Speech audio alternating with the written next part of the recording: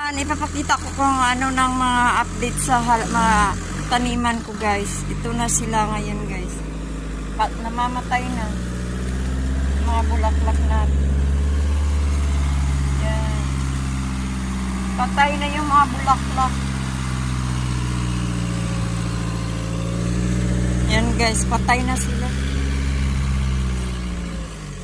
Patay na ang mga bulaklak natin.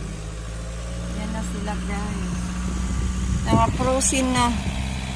Yan na yung update sa mga bulaklak natin, guys. Ito sa likod, yung mga magaganda dito.